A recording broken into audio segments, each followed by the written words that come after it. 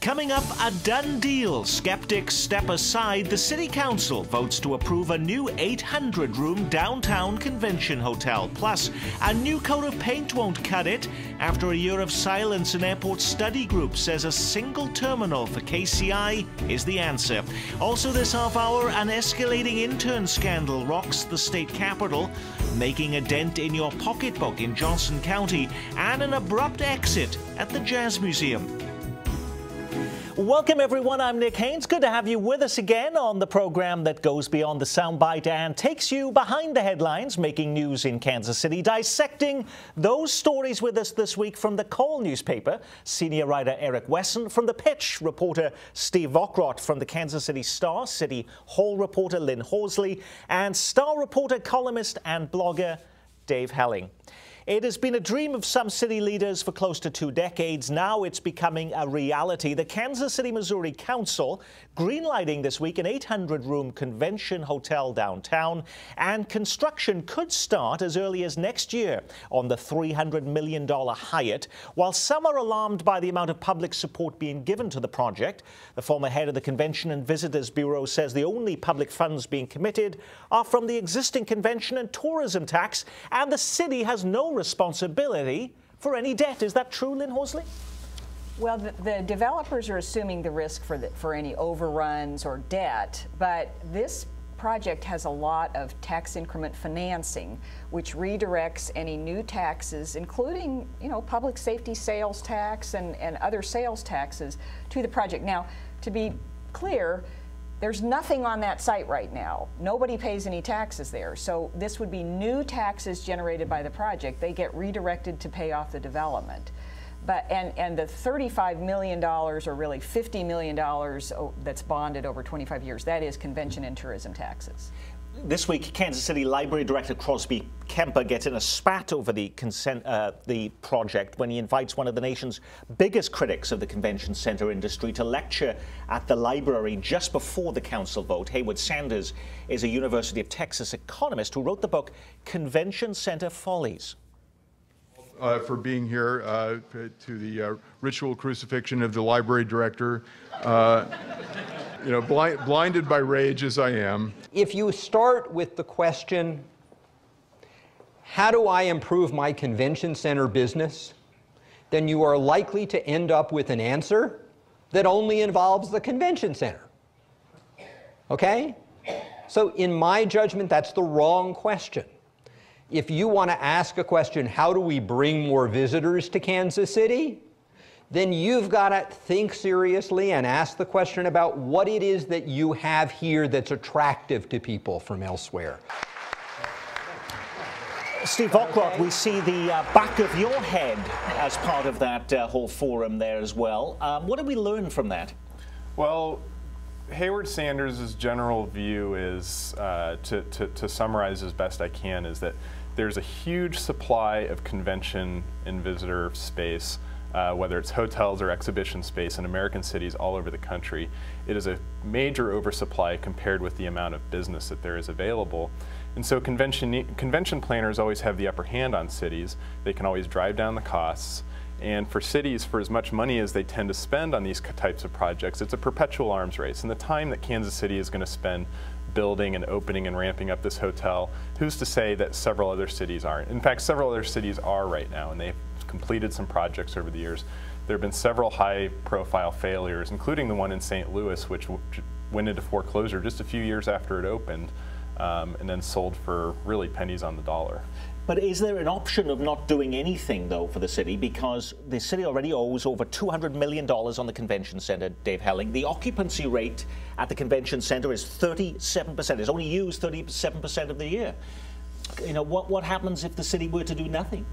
Well, the city always has an option to do nothing. I mean, it can determine, Nick, that it doesn't need a convention hotel, or that the risk, and there is some risk attached to this project, probably more risk than is publicly admitted, is not worth the reward of additional guests.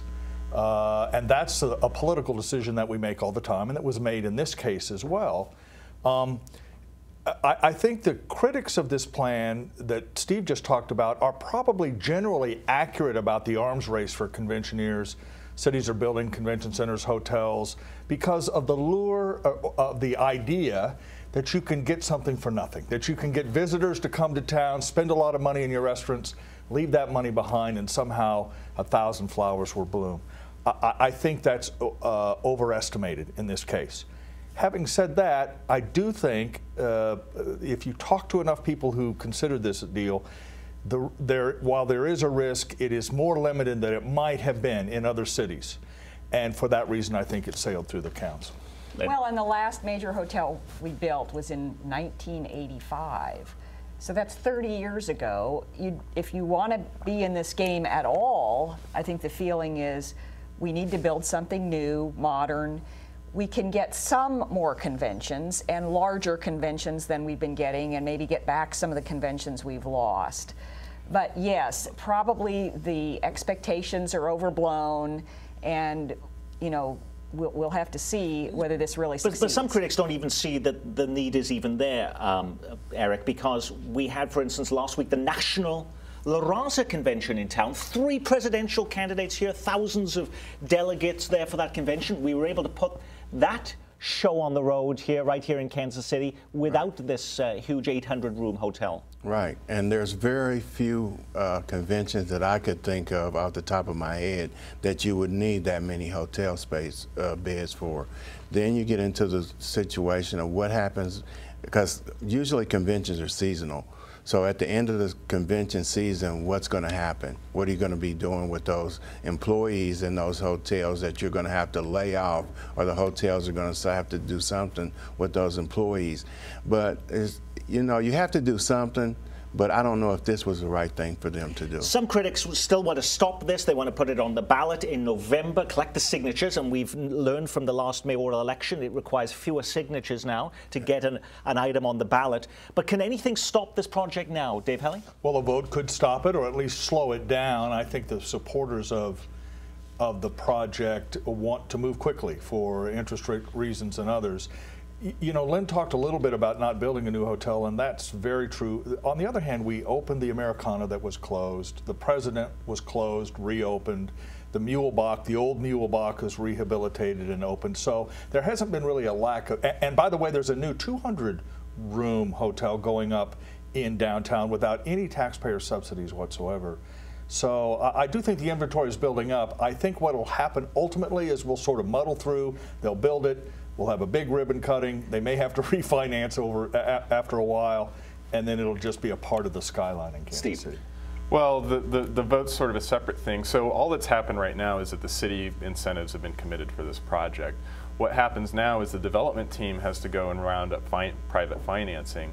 And that is going to be, that's going to be quite a task ahead of them. After the St. Louis failure that I mentioned before, Wall Street's pretty hesitant about these types of projects. So getting enough investors and private capital is sort of the next step in all of this. And I think they're out gathering signatures now to start a ballot initiative with it. I was at a meeting Monday, and they were showing the petitions and getting them together, and I think they've got about $5,000 or $6,000 to go out and get the signatures. But if they were to put this on the ballot, would the public vote yes or no on that, Lynn? Well, in the past, the public has supported. They've supported tax increases for Bartle Hall, and I think years ago they supported Stan Durwood's idea for a hotel, which never materialized. So, but I think, especially as most of the money for this is from that convention and visitor tax that is paid by people coming into the community, not the existing residents. Exactly, and it is structured. It does not require a tax increase. Okay. This was just one of the big projects being decided and looked at this week at City Hall. It's been a while since we talked about the future of the airport on the program, but after what seems like a year of silence, the airlines in the city get together this week in a critical meeting. What did they decide? Are we ready to demolish KCI? Head to Sherwin-Williams to get a couple of large paint cans to spruce it up instead? Well, according to new figures presented to the council, it would cost more to renovate the airport than to build a new one. And so they are recommending a new single terminal on the site of Terminal A, which is currently out of commission. But how come it's cheaper to build a new terminal when no one could come up with a cost estimate for the designs proposed of a possibly two-story new single terminal? Steve? Well, that's not clear from what was discussed in public so far. So they came out, the gentleman from Southwest Airlines said that, after studying this, they realized that the cost to renovate would be significantly more expensive than they thought, and that the cost to build a new single terminal would be significantly less expensive than they thought. How we got from a $1.2 to $1.5 billion new terminal to something that costs less than $1 billion, he didn't expand upon. In fact, there was a council member too who asked, well, as we go forward with this, we would like you guys to prepare some cost estimates for what it would be to renovate this so the public knows, and the committee didn't really seem to commit to doing that. So there's a lot of unknowns as far as where we sit right now. So are we moving now then towards a single terminal at Terminal A, the former Terminal A at KCI, and is that the plan moving forward? That's certainly the direction that not only the aviation department, but now the airlines appear to be going. There are some practical realities with this. It's easier to build a new airport on the site of Terminal A than to try to reconstruct B and C while you're in operation. It's like trying to buy a new house versus updating your 40-year-old house that maybe needs, while you're still living there. And I think they feel like they can get more efficiencies. They can add in the technological improvements and the other amenities, including concessions, which Kansas City residents say they don't care about anyway. I know, but when we talk about all those nice comforts and nice, we have sofas and retail options and entertainment, etc. But when you think about, I saw a recent article from you, Lynn, about how many direct flights we've lost at KCI. You can't no longer fly to San Antonio directly. You can't fly to Austin directly. You can't fly to Oklahoma City directly in just the last few years. Does building a new single terminal in any way enhance the number of options we have as passengers here in Kansas City? We don't really know that, but the new terminal would have 35 gates, and we currently use 29. And I think the feeling is with the two other terminals, there's space for a lot more gates that we won't need. A lot of people have said they will defer to what the airlines prefer. At one point, Southwest Airlines had said, no, we don't think we need this new terminal. Now they're saying they think we do. These are airlines that certainly have their eyes on the bottom line. And so I think that is the direction they're going in, and I don't know that we'll get much of a cost estimate or a projection of what renovation would be. I think they feel like that's a waste of time now. Yes. They've looked at that for long enough, and this is really the direction they're going. Does the public ever now get to weigh in on this issue? Oh yeah, there's an ordinance that requires the people of Kansas City to vote, which will be interesting since the vast majority of Kansas Cityans never use the airport. One of the most interesting parts of the study that came out this week, Nick, and may have been missed, is the general conclusion is the status quo is not sustainable. There's just a line in there that we have to do something. I do think that some opponents of construction at KCI have made the argument that we don't need to do anything out there really, that it's convenient, it's fine the way it is, we like it the way it is, and I think all the stakeholders have sort of said, no, we have to do something, it's just a question of what. And in that sense, cost estimates are kind of stabs in the dark anyway. You could build a terminal out there for $500 million. It would be crap, but you could build one. So I think the key player is Southwest. What that airline thinks its passengers can afford will really dictate what the final form will be, and I think that means a new terminal. And very quickly, this will not be general taxpayer dollars. We may not know really anything until May of next year. That's kind of the deadline when they have to decide. Eric. Is the non-direct flights, is it associated with the airport terminal, or because airlines are using smaller commuter jets because it's cheaper for them to use those than the big jets? That's probably things. I've talked to a lot of vendors out there, and the vendors are like, if I'm in this terminal, it's slow traffic compared to if I was in another terminal with the airline that has a lot of traffic. So the vendors out there are saying they can't make any money the way that it's set up now, because if you're in this terminal and it's got flights to Japan, Yes. you don't get to make it. We do need to make sure, though, there is an exclusive catering project when there is a single terminal in. Okay, we're not going to go down that road. If you live in Johnson County, by the way, you may be hit by a tax hike soon. We've been talking a lot about Kansas City, Missouri big projects, but for the first time in a decade, county leaders are pushing for a $100 a year tax increase for the average homeowner in the county. Kansas City, Missouri voters were recently asked to dip into their pocketbooks for about $100 a year to fund streetcar expansion. They said no. What are Johnson County residents being asked to fund, Dave Helling, by dipping into their pocketbooks for $100 or so? General county operations, I think there's some additional money for parks. There's the personnel with the county. I think the argument they're making out there, Nick, is that Johnson County has relied on assessment growth, appraisal growth over the last decades, and that's funded inflationary costs. And now they think the voters are ready, or the taxpayers are ready to support a little bit higher levy for some amenities in the county. Now, how come the commission can actually vote for this? And there's a public hearing on this on Monday night. Well, because there's no Hancock Amendment in Kansas. But I thought the Kansas legislature just enacted a law that said that all local tax increases had to go before voters. No, first of all, it doesn't take effect till 2018. Okay. And second, it isn't just about a tax increase. Counties and cities will have to vote if the appraised value of their properties increases over a set amount. It's not just a tax increase. The counties and cities are quite worried about that provision, and my guess is the legislature may revisit it next year. So this has been described to me as they call it a maintenance budget. And part of why they're having to pursue a tax increase in Johnson County is because money that would otherwise, some of the decisions that are made in the state legislature are costing local governments money, and they have to make it up themselves. One prominent example is the mortgage registration fee that the Kansas legislature got rid of last year. I think that was like $10 million to Johnson County. So if they want to just keep up with what they're doing right now, the tax increase on the local level is inevitable. An escalating intern scandal is rocking the Missouri Capitol. You may remember how the Speaker of the Missouri House, John Deal, resigned 2 months ago after a report surfaced that the Republican had exchanged sexually charged messages with a 19-year-old intern in his office at the Capitol in Jefferson City. Now, an internal Missouri Senate investigation details allegations against independent Senator Paul LeVota. An intern working in his office claims the former House Democratic leader sent unwelcome messages and made explicit requests for sexual activity. The University of Central Missouri student who cut short her internship claims she was retaliated against when she rejected the senator's advances.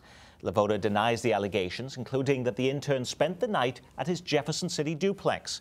But in the Senate investigation report released this week, the student details the duplex's interior layout, right down to the type of door lock and the color of the couch. I have to respond to false allegations, and it's on the news, it says all these things. Hopefully it will be pretty clear that in that report there's no proof of wrongdoing. It clearly states that I have denied that from the very beginning, and it's just not true. Is there a rush to judgment here, though? In the case of Speaker of the House John Deal, there was a record of the text messages. In this case, the intern couldn't produce any texts or other messages verifying any inappropriate conduct, and even the Senate report doesn't include any recommendations for disciplinary action against him. So isn't this case different than that of John Deal, Dave? No, it isn't, because you're quite right. The Senate report reaches no conclusions. It becomes sort of a he said, she said document.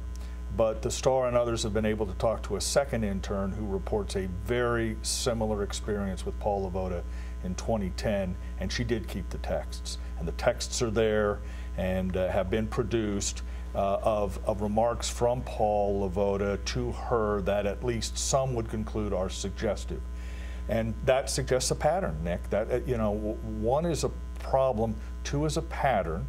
And because of that, Democrats and Republicans, but Democrats in Missouri, have made it very clear they think Paul LeVota should go. No, we tape this program on a Friday morning at 11 o'clock. A lot can change between the time you see this program on Friday night or Sunday morning when it's rebroadcast. But Eric, there's a lot of pressure, though. Paul LeVota is still in office denying all of these allegations, but even the governor and Claire McCaskill putting pressure on him, people from his own party now to step down. Yeah. Where there's smoke, there's fire. And if there's two, there's probably another one, and it probably would be a good thing. And when we were coming in, Dave was talking about it. They're not in session now, but this isn't going to get any better. And so they'll probably find 3 or 4 that'll step forward and say the same thing. So to save the party and save face would probably be a good idea. I mean, John Deal, the precedent of John Deal quitting is important. I think that will be pointed out to Paul LaVota. Yeah. And let's, if we can, just stop for just a second, Nick, and offer our tip of the cap, if you will, to the 2 women who came forward. Astonishingly courageous thing to do. Interns who had these experiences to go public and use their names against a state senator is really profoundly courageous, and we should thank them for and it. You But had Jean Well, and they're Peters addressing Baker. a culture that goes back decades. Yes. And maybe this will cause some change. It does take a lot of courage. And finally, people are speaking up about something that everyone's known about for years, but there wasn't this type of outspoken reaction. And you've got Jean Peters Baker, Crystal Williams, legislators, Jackson County prosecutor. They jumped ship on him too, so it's not going to get any better. But a lot of women thought they had to just endure this because it would ruin their careers or it would compromise their ability to do the kind of work they wanted to do at the state. And these young women are saying enough is enough. Right, and not only that, but they're willing to say so publicly with their names attached. Yeah. It's not anonymous sources, it's not we've been told, it's actual people with actual names stepping forward on the record. That's extraordinarily important, and for that reason, Paul LaVota is in serious, serious jeopardy. What is going on at the American Jazz Museum at 18th and Vine?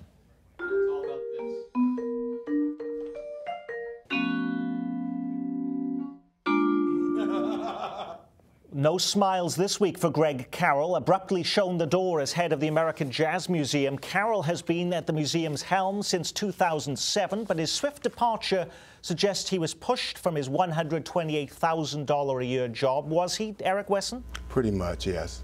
He didn't get along with people, didn't have a good relationship with employees at the Jazz Museum, the board. And most people are saying, what took so long? Because if you look at the museum, their event calendar is very short. They've got the gym, they've got the other things that are going on there, but he just didn't have the personality to reach out and embrace people like a Bob Kendricks does down there, and he never failed to brand the museum. Lynn. Greg Carroll last year accompanied Sly James in the rotunda of City Hall at Christmas time. He's quite a talented jazz musician. There's no doubt about that. But he didn't have the background in running a museum. And that's a specialty in itself, and especially at 18th and Vine. That is a challenging venue. Nobody's really cracked that nut yet. And it is true that he apparently wore out his welcome, including with Emanuel Cleaver. And so they're now doing a national search to try to find somebody else. They also, the city would really like to wean the museum off of the city subsidy. I think they have a $2 million budget, and the city gives them about 1/3 of that money. They tried to cut their budget by $125,000 this year, and the board appealed and said, oh no, that's too much, and so the cut was only $60,000. But they're not the only ones who get a subsidy from City Hall. Liberty Memorial gets $771,000, Union Station $308,000. I mean, are they being held to a different standard? A little bit, because I think the initial promise is that we won't need city money, and that's really never come to be true. I've written columns before, Nick, that suggest, you know, their problems are not unique. Museums are difficult things in a city like Kansas City, because once you visited the Jazz Museum or the Negro Leagues Museum or the Liberty Memorial Museum or the Kansas City Museum or the Science City Museum, you've seen what you're going to see. And so the key is to get new exhibits, new reasons to come back. And it's tough in Kansas City to find that. And so I've written columns before that suggest we need a tax just for all of our museums, have a museum authority that sort of oversees all of these different operations to more efficiently allocate city money for that. As the mayor celebrates all of the things that have been happening in the city, and you see his State of the City addresses, and we talk about everything that's happening downtown and all of these other venues, has the 18th and Vine Jazz District, though, been a missing link in all of that, Steve? You could certainly make the argument, but that tradition goes back far before the James administration. It's just never been one of those areas that's really taken off in the way that people have expected to. It's gotten a lot of city help, but the results have not followed in a meaningful way. Eric. But it's never had a developer, it's never had somebody that knows what they're doing to connect it. Right now is a good time for it. You can connect it to the Kauffman Center, 18th Street, and just call the Crossroads area, but nobody has the vision to do that. And 18th and Vine has too many boards, and they don't have an identity on what they want to do, whether they want to be non-for-profit, restaurant, jazz, what do they want to do? We may be as far away from the ocean as you can be in America, but that is not stopping Kansas City from getting its own naval ship. The Secretary of the Navy joined Mayor Sly James before the Royals game against the Pittsburgh Pirates this week to reveal a picture of the new USS Kansas City. The combat ship being built in Mobile, Alabama, is a new class of warship designed for fast, agile combat missions. This is actually the second naval ship to carry the name USS Kansas City. The first was a replenishment oiler that served during the Vietnam War. Was Sly James lobbying for a ship? Who decides that, Lynn? I think it was the Secretary of the Navy. I don't think this was one of his priorities. He also points out that there are many other sort of Midwestern cities that have ships named for them. Cincinnati, Tulsa, Charleston, Omaha, the Independence. And I think it's probably prudent. A lot of these Midwestern areas have companies that make parts for the ships. It's a way of garnering support, not just on the coast. Now, speaking of names and the importance of having things named after them, it's been more than a year now since Mayor Sly James announced the formation of a task force to find a proper way of honouring former Mayor Kay Barnes for what he described as a Herculean efforts to revitalise downtown. Did the group find anything to name after her, Lynn? They have not yet. They have met a few times. I think they haven't met in a while. They need to get their act together. They have considered some options. They just haven't settled on anything yet. Could it be the new Barnes Convention Center downtown or a new single terminal KCI? Barnes International? Call me Ishmael, by the way. Okay. It could be a lot of different things. But I don't think they found anything yet. They'll find something. There was one idea of renaming the Broadway Bridge, but that has not gone anywhere yet. Eric, any and that's suggestion? Another story for another day. No, not off the top Steve? of my head. Nothing's coming to mind. Well, we've got to worry about Funkhauser, too. We've got to find something for Mark Well, Funkhauser. and there's nothing in the works on that regard. Yeah, All right, that is our Week in Review. Our thanks to Lynn Horsley, and from The Call, Eric Wesson. From the pages of The Pitch, Steve Vokrot, and The Star's Dave Helling. I'm Nick Haynes from all of us at KCPT. Thanks for spending part of your weekend with us.